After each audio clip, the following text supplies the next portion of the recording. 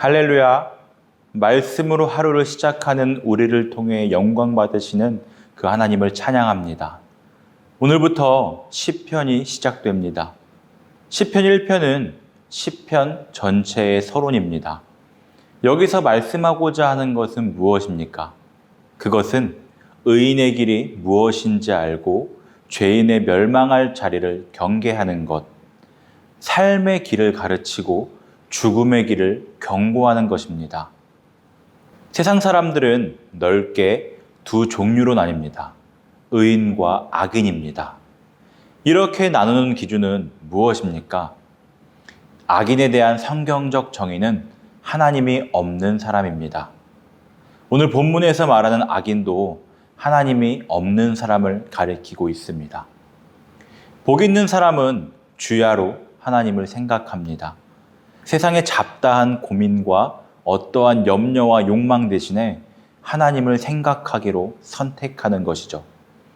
행복이 거기 있다고 하니까. 이 말씀이 하나님을 늘 생각하면 행복해진다고 말하는 것이 아닙니다. 하나님을 늘 생각하는 것 자체가 행복이라고 말하고 있는 것입니다. 하나님의 말씀을 주야로 묵상하는 사람은 이미 행복을 누리고 있는 것입니다. 하나님을 사모하면서요. 하나님을 사모한다는 것은 자기 죄를 회개하고 하나님의 말씀이 진리됨을 확신하고 순종함으로 사랑하고 거룩하게 살겠다고 작정을 하는 것입니다. 운명을 거는 것이지요. 그런 사람을 오늘 본문에서는 나무와 같다고 합니다. 하나님 앞에서 나무처럼 움직이지 않겠다는 것입니다. 나무로 산다는 것, 움직일 수 있는 자유, 선택할 수 있는 기회마저도 포기하겠다는 결단입니다. 그러나 나무가 자리를 잡은 곳이 어디인가요? 시냇가에 심겨져 있습니다. 유다서 12절에 죽고 또 죽어 뿌리까지 뽑힌 열매 없는 가을나무라는 표현이 있습니다. 하나님 없이 살려는 인생은 바로 그렇습니다.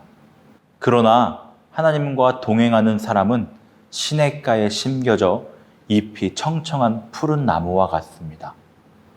나무가 자라는데 무엇보다 필수적으로 필요한 것은 수분으로 시냇가에 심은 나무는 어떠한 날씨의 변화에서 상관없이 잘 자랍니다.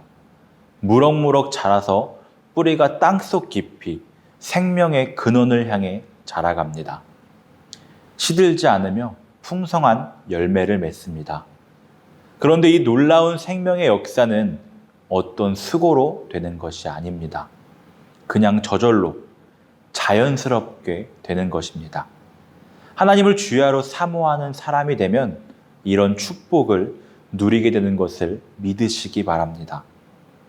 또한 사람보다는 하나님의 인정을 구하며 나아가야 합니다. 자기 만족이나 사람의 인정보다는 하나님의 인정을 구하는 사람이어야 합니다. 마치 다윗과 같은 사람입니다. 그 역시 실수와 약점이 있었습니다. 그러나 하나님으로부터 내 마음에 합한 자라는 인정을 받았습니다. 왜입니까? 언제나 하나님을 바라보았기 때문입니다. 비록 실수했을지라도 즉시 하나님을 바라보고 그 뜻에 순종한 것입니다.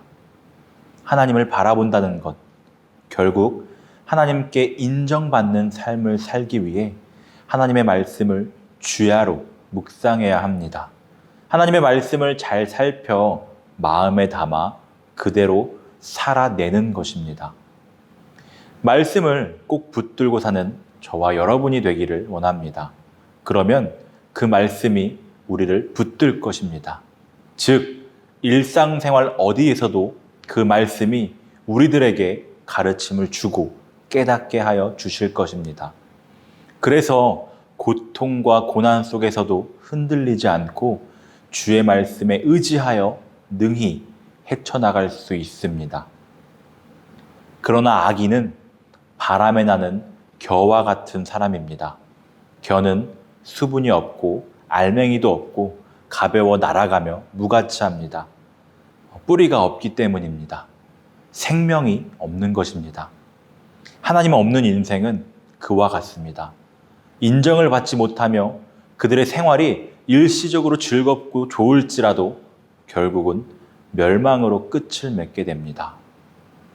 말씀을 마치려 합니다. 누군가 이런 말을 해줬습니다. 이 세상 살기에는 빠듯한 은혜 가지고 살기에는 너무 힘겹기 때문에 은혜가 넘쳐야 한다고. 오늘 그리고 앞으로의 우리의 모습이 말씀 속에서 푹 빠져 살며 은혜가 넘쳐나기를 소망합니다. 우리는 하나님께서 택하신 귀한 사람들입니다. 가치 있고 소중하며 돌봄을 받는 사람들입니다. 하나님의 자녀로 열매 맺는 복된 삶을 살아가는 저와 여러분들이 되기를 축복합니다.